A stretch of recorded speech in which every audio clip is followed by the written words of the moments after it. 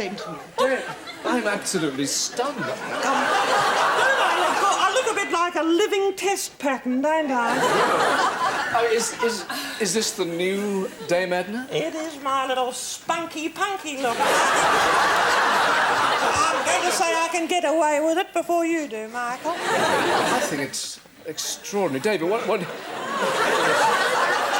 It's excessively trendy. It's beautiful. And yet it's got a certain style, don't you think it has? I mentioned style when I introduced you, and people have copied you for years. Do you think this will, People copy me slavishly, but I've got a very young following. I have a lot of young people who'll be turning over from the match of the day to watch me here now. Because I do. I've got like you, I've got a lot of young people who adore me. I'm a bit of a role model. You know what that is, don't you, Claire? Would it worry you if I copied you? Because, I mean, I'm not exactly, you know... Well, Claire, we could run something up for you if we could find a favorite. You look a bit like a sort of dropped-out British Caledonian hostess.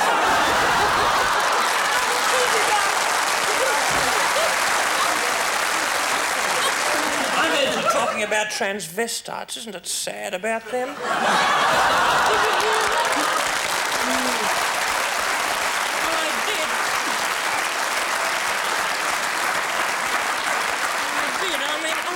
What sort of homes do those poor people? Oh, it's not that. It's something you're born with. It's like whether, you know, it's just the luck of the draw. I mean, some chaps are born with beautiful legs, and some women are born not to be beautiful. It's just the luck of the draw. You have to hide them, I suppose. Yes, exactly. I think it's a funny word, though, isn't it? Transvest, a bit like stalactite, isn't it? I suppose there are transvestmites as well. I mean, there are some one goes mighty up, good ones. one droops down, and the other goes up. There is more of the average leg on show than we have seen for some... I'm not surprised. I mean, they are quite lovely. Well, I'm told I've got lovely legs. And I think I have. I didn't look down for years. I don't think... I don't think I ever looked down until I was about 30. And what I saw, I liked when I did. Do you have any off the cuff or off the wrist? Do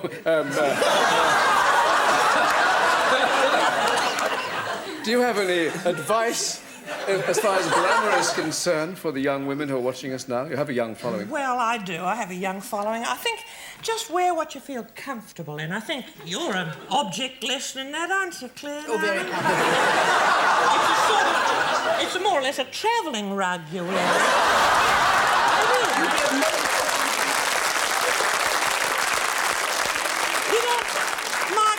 Little Claire Rayner is a good news type of person. You've got a big fan here.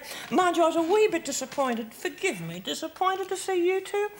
But I have a research assistant, my old bridesmaid, Madge Allsop, as a matter of fact, and she told me that Princess Rayner was going to be on the show. I was expecting little Carol. Well, apart from poor Madge, I mean, do you need any professional help at all in your work or in your style? Well, I don't really. I mean, I've got a manager, Barry Humphries, but you know what managers are like, practically useless, aren't they? They are. No, I'm very much a free agent, Michael. But what about for your appearance? Is that entirely... Oh, well, no, I'm a hairdresser. Well, I do it all more or less in the family. I keep it in the family. You can't trust hairdressers these days, Claire. Well, it all depends on what you want them to do, of course. You have to be very careful who fumbles with your follicles, as Princess Di will confirm. You have to be... They talk, and I don't ever, you know, except on nationwide television, I never tell intimate things about myself. I don't. Mind you, Princess Diana's very, very... Well, she feels she can trust me, and I'm not certainly going to divulge any confidences on this show, except I know when she's going to have another little baby. She's told me that. She has. Can you tell us? No, I couldn't. And she's also told me who the father is going to be. But I couldn't, you know, I couldn't. And I give a lot of advice to people, Claire, a lot of people, but I never charge for it like you do. I must ask you, because I get a lot of letters from ladies that you have a young following, I know, but ladies of your age who are dying to know how it is you're looking so well when you're obviously going through the menopause, love. I mean, how do you cope so well? I could have passed through it and not known it, Claire. In fact, I think I did. That's something that'll never affect you, little David, little gypsy that you are. I'm I'm not wearing real jewellery. I heard I was going to be sitting next to a gypsy. You never know what they get up to. Well, Claire, I'm going to come back to you. Oh, good, because I do want to know. No, I think that sometimes it affects some women a lot more than it affects others, that little time of life, and I think it's a lot to do with your attitude of mind. Don't you ladies watching? I do. I'm very pleased. Back to the question. I'm mulling it over. Yes. But I'll be very, very pleased indeed to know that you've made the decision to do your show only once a week, my darling, because the opposition, I believe, are going 3 times a week, and it's too much. I think once a week is quite enough. Most women will agree with me there. You'll be keeping yourself off that particular round of shows, will you? Once I've been on one show, they all want me, of course. Same with you, I imagine, David, and to some extent you too.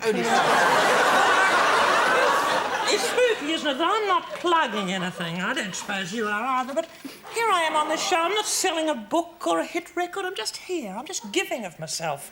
I can't understand it sometimes. My tax lawyers, they ring me up. They say, what the dickens are you doing the Aspel show for? And I say, I'm sorry. I've just got so much to give, so much to share. I'm sorry. That's all. Well, it's gratefully received, believe me. Can I talk again about beauty? Because I'm surrounded by it tonight.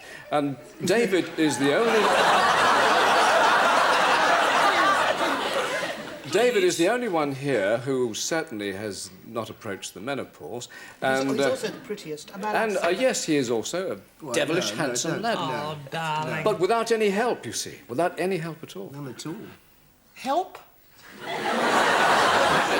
Would you ever, Dame Edna, resort to, what's it called, surgery of the cosmetic kind? No, I wouldn't. I believe in cosmetic surgery, and I've recommended it to a lot of people, Claire. My bridesmaid had herself landscaped. She did. She did. Oh, they do a little bit of a few little nips and tucks, wouldn't you? You anyhow. Particularly with a high neckline like that, darling. The problem is sometimes unravelling in the bath by accident. What about the rest of the family, though? I mean, how are the children getting on? You were rather worried about one. I'm worried. I'm a caring and concerned mother. I'm sorry, but I am. I'm terribly sorry, Michael, but I am that sort of a person. I've had my problems with the children, David.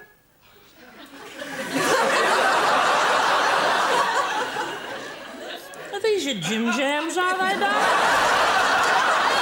I love the neo-60s look, don't you? However, my son Kenny designed this for me. He does my hair too on the Kenny phone. did it. My son Kenny. Ah. And he designed it, and I think it's very good, isn't it? Really, it's it's the acceptable face of punk. I was a bit worried about Kenny because he's been very, very slow in finding Miss Right. But he's taking his time, bless his heart. Then my daughter Valmay, of course, who's a real worry with the glue sniffing, I'm afraid. When we went out, we had to hide the glue. Sometimes it took us half an hour, 2 hours, just hiding it. I could never find it again, that was the problem. I put some of it in the cistern once, I remember. And years later, we found a skeleton sitting on the lavatory. But Norm's marvellous, and he's jogging now. He's gone to Mustique to recuperate a bit. He's down there. Princess Margaret will probably see him when she's there. He jogs along. He's very conspicuous. There's a man following him with a drip. There he is. Mind you, Princess Margaret must be used to seeing a few little drips following her. But with Norm being for so much of his life incapacitated and now jogging... Shouldn't laugh, should we? No. Now he's jogging in Mystique. I mean, you've had a lonely life. You've trod a lonely path. Have you been tempted elsewhere? Of course I have. I'm human. I've got drives, Claire. I've got juices. Naturally, I have. What have you done with them? I've sublimated it, Claire. I have, because just marriage is too important for me. Norm's a darling. He really is. He's being a bit naughty, getting better, but he is a darling. And I have my bridesmaid, Madge Allsop. She's very demanding, She's a naughty old thing, really. Some people say, behind every successful woman is a snivelling failure, and she's one of them. She can't help it, She supports me in many, many ways. Funny little ways. She's lurking back there. I'd like you to meet her. You could help her such a lot, Claire. Do you think so? But surely you must have had other offers from men, I mean. You persisting in this Yes. theme, aren't you? You're looking so Have me ravishing. repeating on television what you said to me the other day, Michael Aspel. Oh, I don't want to be Mrs. Aspel number 4. Thank you.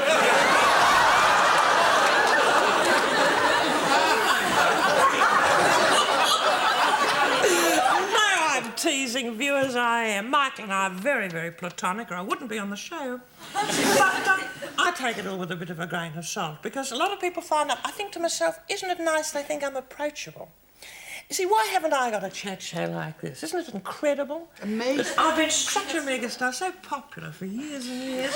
No one has thought the Dame... Think, I wouldn't have celebrity guests, I'd have You wouldn't need them. non-entities. David, I'd... David just said a word then. And then, yes, I woke up. No, David, I'm sorry talking across No, I you was like only going to this. say they're probably too frightened to ask. They probably are, David. They're Because probably you're- intimidated. Exactly. It's an untouchable figurehead of society that they would not approach. Did you know you had an untouchable figurehead? Well, I didn't until then, darling, but that's the only explanation I can think of, because think how many people are tuned... Well, of course, they love you, and I would be sort of the other side of the coin in a way, wouldn't I? I'm saying this deliberately in the hope that I will get offers from some of the major networks, So as well as LWT. I am. It would be nice, and I think I've got so much to sort of communicate. I don't need the money either. Of course not. Of course, that's no, one of as the... you don't need the money, has it always been the case then that to be a megastar was a calling for you, was a sense of vocation, or what? It sort of happened. You know, when I saw you first, David Essex, and though he's not saying much, I'm referring to him quite a bit. I first saw you in that Godspell production that you were talking about. Goodness, I adored it. Little Godspell. Someone's doing a musical about me, by the way, about some of my miracles. Did you know that I've performed miracles? I didn't. I'm not at all Called surprised. Edspell, the show's going to be called Edspell. It's experimental. It'll probably be in one of those little pub theatres, you know, one of those little offbeat things that you read about in Time Out after it's too late. and you know, it's a pig's nostril on Sunday nights. And it's about my miracles. The miracles I performed, I suppose, is making all sorts of different people, all shapes and sizes, laugh. To me, that's not a miracle. It's just something that I can do. It's marvellous. What a gift it is. What a lucky, lucky woman I am. And I think when I'm a little bit lonely and thinking, here I am so famous and yet I have this heartache, I think I'm here to give. I'm on the planet. I'm on the planet to give as much as I can, and what a feedback I get, don't we? So it's not just the letters. You get those letters, Aspel. You get these girls fainting. And you, Claire, goodness knows what you get, darling. It's what you get back, isn't it? Yeah, oh, yeah. It is, because we all were. People say, oh, aren't they lucky, they're squillionaires? And I think to myself, it's a lot of hard work. It's a Have you lot any of hard idea? work, but Yes, the it is. pluses are so good. They could do a musical about you, couldn't they? Aspel, couldn't they? I just thought of that then. Lovely, yes. What do you think you might have been then if you had not been a megastar and money means nothing? Just to give advice to other people, help them? Yes, I do. I mean, you know, I do help as much as I can. I think people will be ringing in, the switchboards will be jammed tonight, and they'll be saying, you know, I was just a wretched and happy sort of introverted sort of a person crawling around. And then I saw that show with the wonderful guests, whose names, you know, I can't remember, Dame Edna, and they said, when I saw that, I just felt different. It just gave a little new dimension to living, and that's the sort of thing that cheers us all up, isn't it, when we hear that? Goodness, I saw a little side of Michael Parkinson that I haven't seen for many, many years. That's true. You really were a credit. I think you're a frustrated interviewee, don't you, Gloria? I would just think what a quiet little number you wore for the programme this afternoon. Well, it's lovely. It's my Sunday best. As a matter of fact, I was in church wearing this. I took it off for lunch, though, because I've just had my joint. I don't know about you. Did you have a joint before the show, Michael? No, I didn't, Dame Edna. Oh, I had a loin, a lovely loin of lamb. I always pop a loin in the oven on Sundays. I do, wherever I am, whether I'm travelling, And you're a pretty little mite, and I wish you such success with this pilot. Dame Edna, that's right. Do you think we'll ever get around to transmitting it? I think we will. Yes, it's going straight out now, darling. That's why we can't make any mistakes. I think that's exciting about live television, don't you, Michael? I do get that. It has a kind of nervous edge to it somehow. That's true. I remember very well talking about nerves the time that I got you on the show together with Gloria Swanson. Oh, is she still with us? Oh, she is. And you had that magnificent, I remember, illuminating talk about silent periods. Oh, yes. I think we should say that Gloria Swanson, for the younger generation watching, was one of those film stars before sound. And I chatted away. I'm inclined to talk a little bit too much sometimes. You know what I mean by that, Michael. But I said to her, I never had a silent period, Gloria. And she looked a little bit blank for a while. I don't think she knew I was such a megastar. In fact, I'm not sure that she knew what I was. She's not the slightest idea. Tell me this, Dame Edna. I mean, Michael has this big sex image, here in this country. And appealing. rightly. Oh, rightly, of course. What about Australia, though? Has he had the same impact on the ladies down under? He certainly has. He's a very raunchy, spunky man for his age. He is, Michael, and you know it, darling, and I don't mind that. I don't. It's made me a little sad that you brought that up, because I thought suddenly of my husband, Norm. Norm. I had some pretty terrible news. What was that? I hate to bring this up on a lovely show. You can cut this out. I can bleep this. But I contacted him. I always ring him on the weekends. He's in Melbourne, of course. He's not very mobile. And he told me that he'd moved in with Jerry Hall, isn't it? I called back. I said, matron, what is this, Not using all your millions, is he? Well, I didn't know what I could do about it. I rang the matron and she said, oh, no, he's moved into geriatric hall, which is the ward next to his. I was very relieved, I must say, though he's far from being a geriatric. No, indeed not. But Nothing wrong with that, is there, Jerry's? Is Michael going to be any threat to your megastar status in Australia? I don't think so, because Michael has a different audience. He's mostly a television person, whereas I am a stage performer, basically. Though I come across very well on TV, too, and I'm loved by many people. It is a way of reaching out and touching people, isn't it? It is, yes. You can see that Michael is clutching your book. I mean, is he trying Where's to get his? some I want to tips? clutch that, You Michael. clutch mine. This book, The Best of Parkinson, is published, I noticed, by Pavilion Books. Funnily enough, I've just bought Pavilion Books. I was on the phone most of today, as a matter of fact, although it's Sunday, buying Brit Oil. Have you bought that yet? No, I haven't. You're a bit of a slouch, aren't you, darling? However, I think I've absorbed Pavilion Books, but I love it. It's all these interviews, and he sort of picked so many interesting people. And if you've seen, as I have, practically every Parky show and videoed many of them, some of your favourites are certainly here. And it's very, very reasonable. The recommended UK price is, I think, only a little more than £1 over my book. Does that mean that Michael is going to plug your book? £6.50 yours, of course. and £6.50, not much between them. It's what it describes as it was a sort of seminal discussion on... It is a seminal book. Yes. It's a bedside book, and I think Yes. it's something that most people feel they want to reach for in the middle of the night. I think it's preferable to a lot of things they would have reached for. Any tips, do you think, for Michael in particular, to do with his bedside manner? No, he doesn't need any tips from me, but you see, I got the idea for this. I don't know where you were prompted to do this, darling, but I think probably popular demand. But I was winging my way over to England on the British Caledonian, which I like, and I like the little Scotches. I like an accent. That's why I like yours. What part of Scotland are you from, darling? That's right, I'm from the Irish part, Ah, yeah, well, it was all joined at one time. Yes. To Australia, incidentally. And I'm an Australian, by the way. And I was snoozing, I was nodding off, and I heard a little voice in my headphones, and it wasn't on the little list of shows that they broadcast on the headphones. And I think it was Dame Nature, and she said, you spend a lot of time on your back, Dame Edna. She said, why not write about it? Why not let it all hang out? And that's what I've done.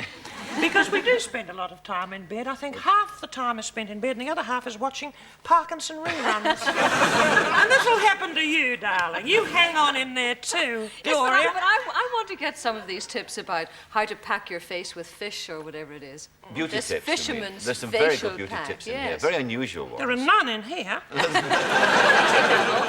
it's very good. I want Michael to sign this for me later.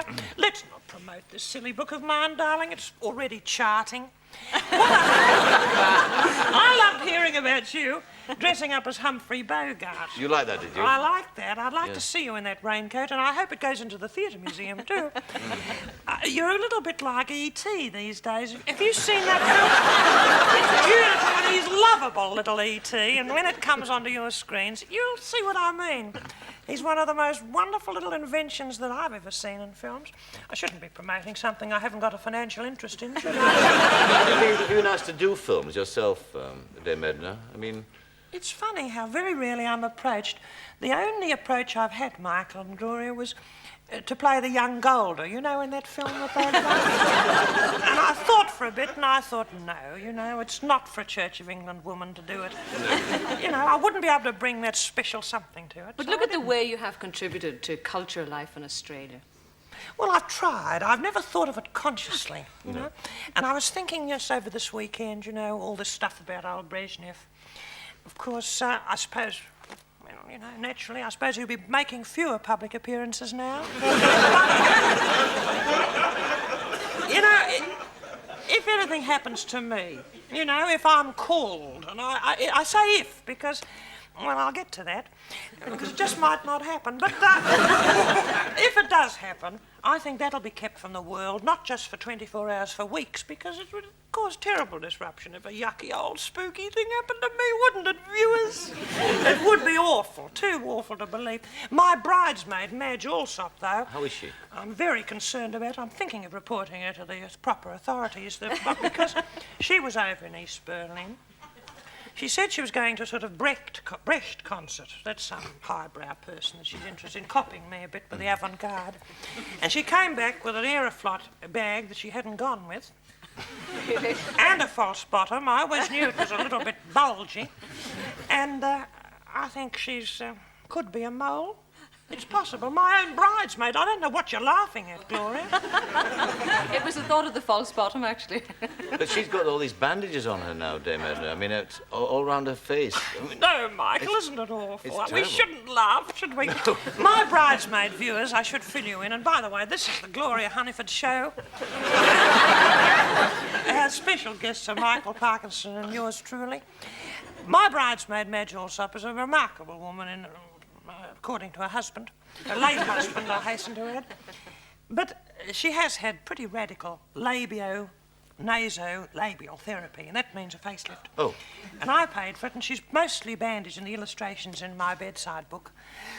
So she's well and truly under wraps, but I am a bit concerned. There was a mole. Talking of moles, when she came back from Germany, there was a little mole in a certain part of her anatomy I'd never noticed before. And I wouldn't be surprised if it was a microdot, Gloria.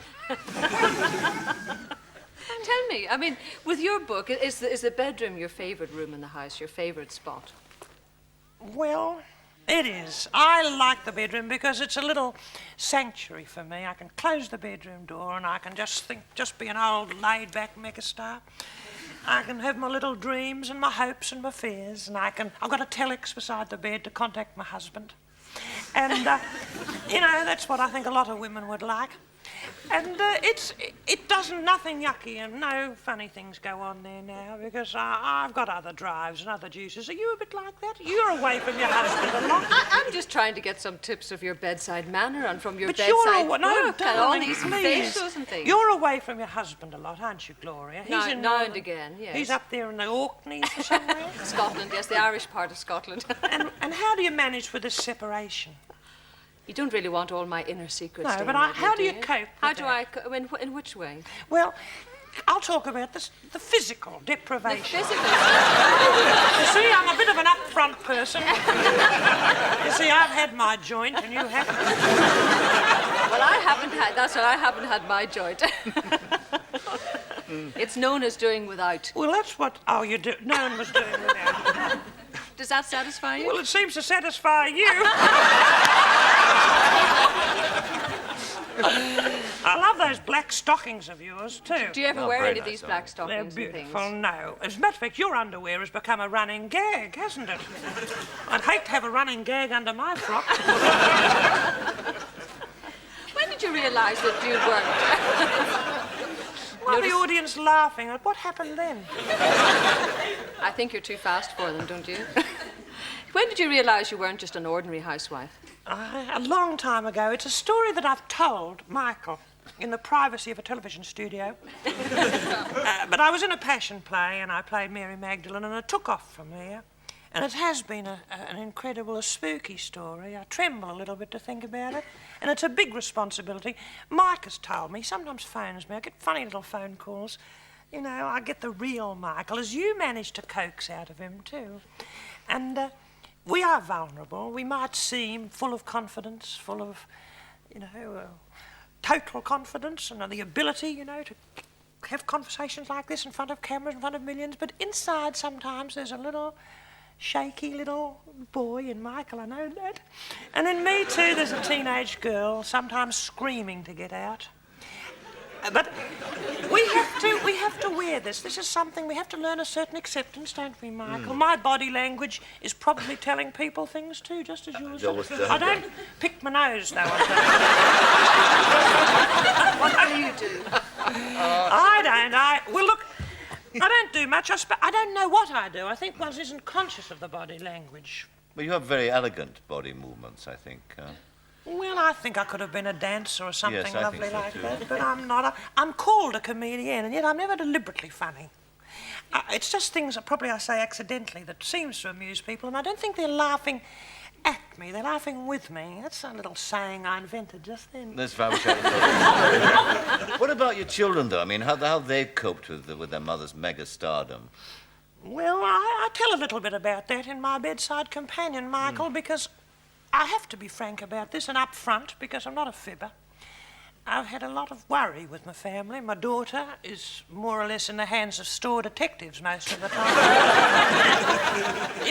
She looks a bit like Erin Pizzey, but it's not, it's not cellulite under a caftan. Generally speaking, it's more or less anything she can lay her hands on.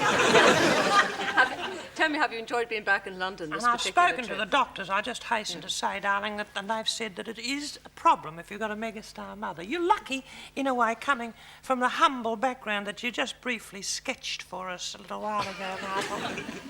And I came from not such a humble background, No. I'm afraid. My father wasn't a coal miner.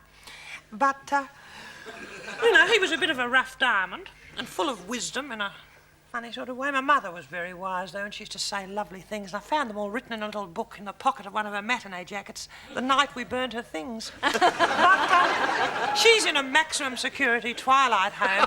As a matter of fact, she's in the only twilight home in the southern hemisphere with an electric fence. And she sits there, bless her heart, she sits there in her wheelchair throwing Tupperware at the wire. And the sparks fly up.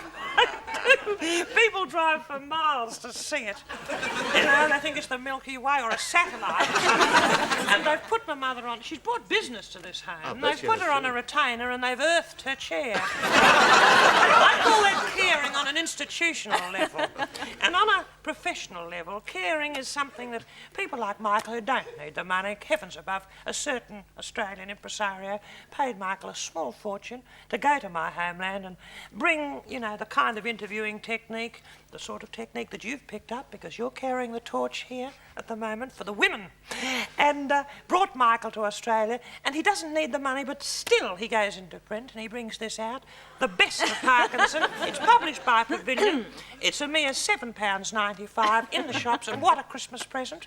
Oh, and what can I say about your book, Dame Edna's Bedside Companion? I mean, it's quite the most important book of its kind, I would think, to come out of Australia in recent years, I would say. Thank you. Patrick White, eat your heart out. Eat your heart out. Mel, come out! Oh, he won't come out. Oh, thank goodness you're there, Gina. I'm going to have to interview you all over again, darling. Oh, viewers, listeners, Mel Gibson won't come out of the sauna. He's slipped into my hot box and he refuses to budge. The sort of problem most women dream about. I'll see if I can get him out again. Come on, Mel. Mel! Mel! I've got my eyes covered, darling. Will you please come out? Yeah, but I like it in here. It's warm. So am I warm, Mel. So is Gina. So is the audience. They're waiting. The whole world is watching on television.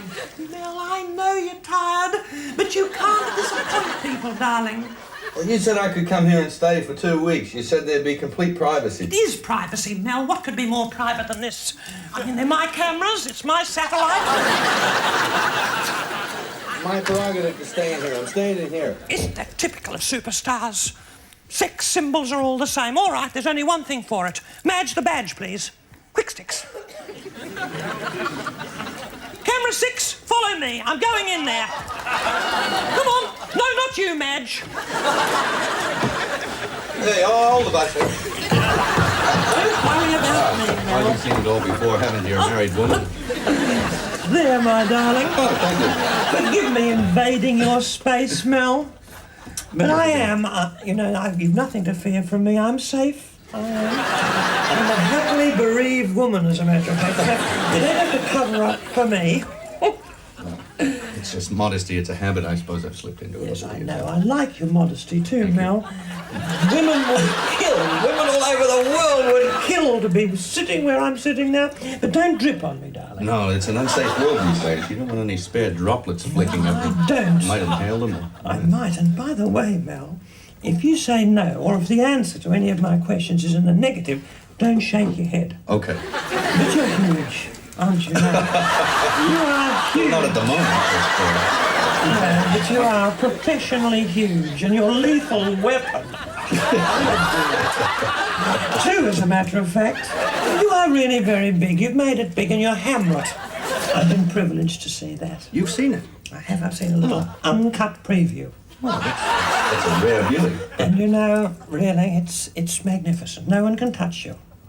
No one can touch your Hamlet. You're also a father and a family man, and that's what I like about Mel Gibson, the little Mel that I know, viewers. You live on a ranch. I haven't a picture of it. I've never been there. You're constantly inviting me.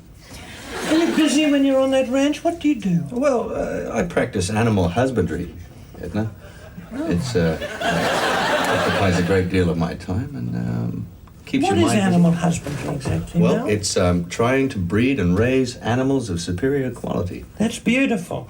And do you feel you can just forget any little anxieties you've got when you're doing that? Anxieties? Oh. No, there's anxieties attached in every aspect of life. I suppose there are, and you do a little bit of work around the farm. Do you mend fences? Every now and then, dig a post hole.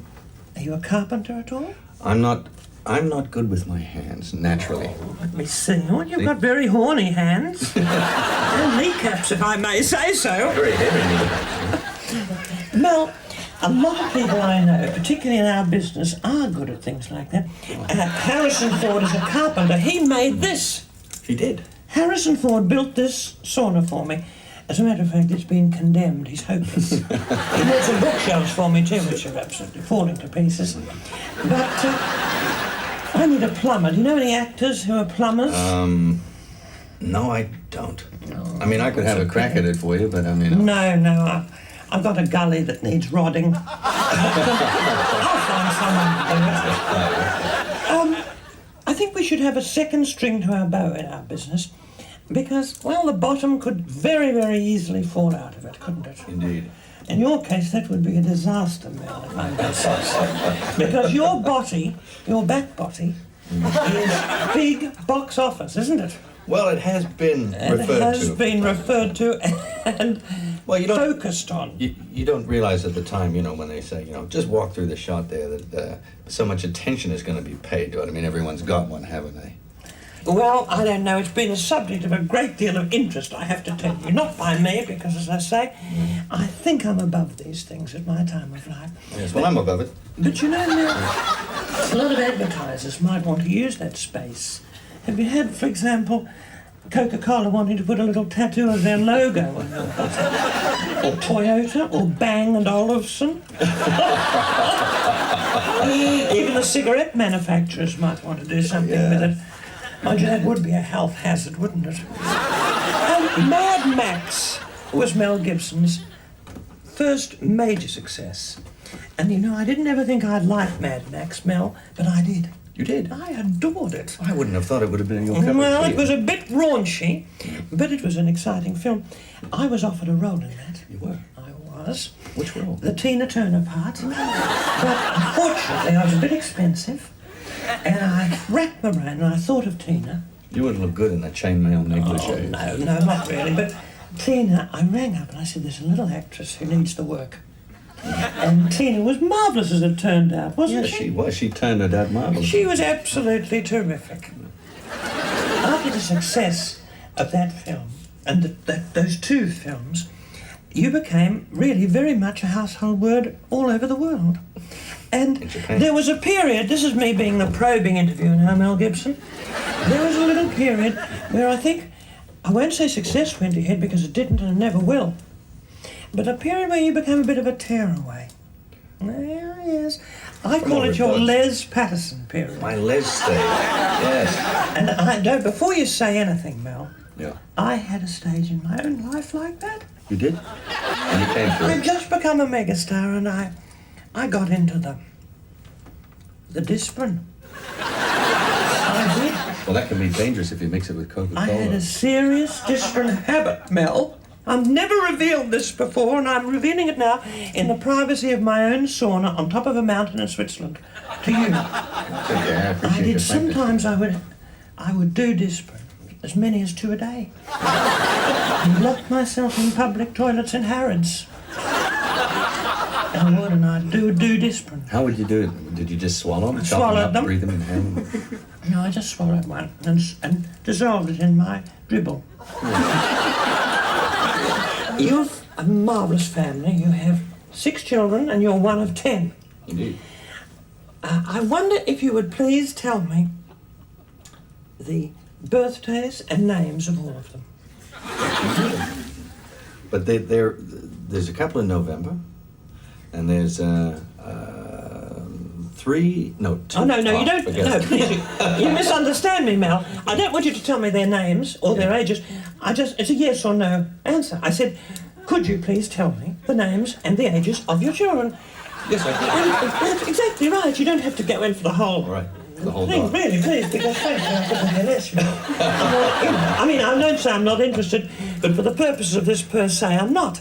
So please, you can always go on, darling. You've always been exactly the same.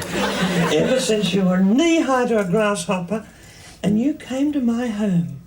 How old were you? Oh, I think about 6, 7. In those days, my husband, my late husband, Norm, he saw a big future for you. I didn't, but he did. A big future. And he would have been thrilled to know today that you've found a part in a classic, the part of Hamlet. Was that one of his favorites? One of his favourite Shakespearean shows. Paint Your Wagon was the other. But tell me, Mel, why is Hamlet such an interesting story? Well, it reminds me of when I was a kid. You see, I used to have a dog like Lassie, and when I'd walk through the fields and down the streets with it, people would point out the windows and say, "Hey, there's Melancholy." So I kind of had a special identification with the character and his melancholy. Goodness me, what an exclusive that you should tell me that story. Yeah. Is your interpretation, do you think, so melancholy? Because I sense a little mischief in it too. Well, the Elizabethan theory of melancholy was erratic changes and extreme changes of mood and having to stay in that mood for a while and then work it out, be totally absorbed in it. Hence the over-reflectiveness. But, well, I'm not Sigmund Freud. I mean... No, but you're a very serious actor. I'm too young to understand it. I'm sorry. I can say this to you now. I have bought Stratford-on-Avon. I'm a very rich woman, yes. And I'm putting on my own shows as William would have wanted them to be done. I'm going to do A Midsummer Night's Dream, and I'm going to play the part of Titania. Did you? At a school play? Yeah. I can't see you dressed up as a woman. Oh, I didn't. No. We were just too asked macho. to emit another kind of sexuality. Oh, I see. See, the theory was that the play was trisexual.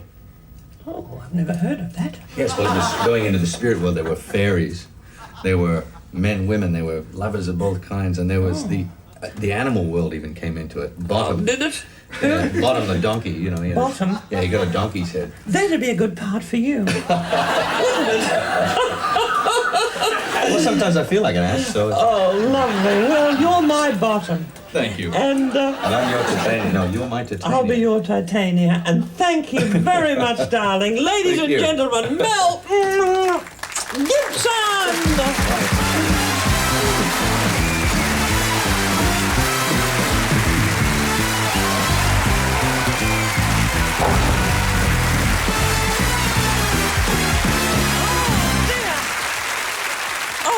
Gina, I'm sorry I kept you so long. Isn't he cheeky not coming out of there? But I'm so hot, really. It's like the menopause revisited at the moment. I'm a woman who's in touch with her own body, and right now I can feel my enzymes stiffening.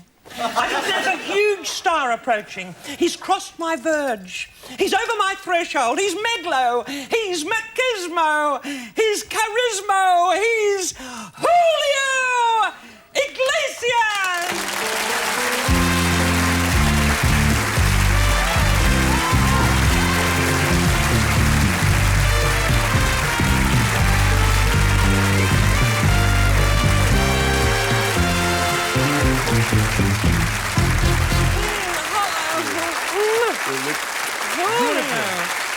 Sit down, darling.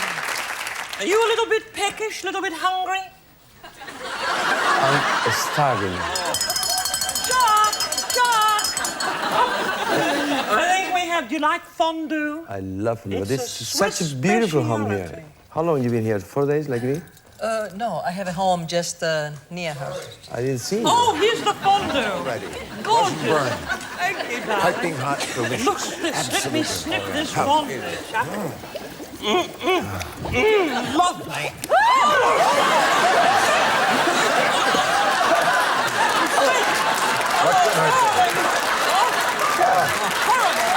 What is that? I made living on here.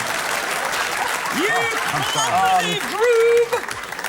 Wow. Charlton, you groove. Look what you've done to him. Fondue all over his trousers. Don't just stand there. The most famous singer in the world has got a cheese poultice. Oh, it looks like I'm... You've made an impression of his lap. Yeah, when do you... That's a bad You reputation. could cast it in bronze, darling. Take him to the garage and hose him down, will you, Chuck? Oh, dear, what a disaster. Look at this. Oh, darling. Oh, dear. Well, while Julio's cleaning himself off, I think we better have a little break.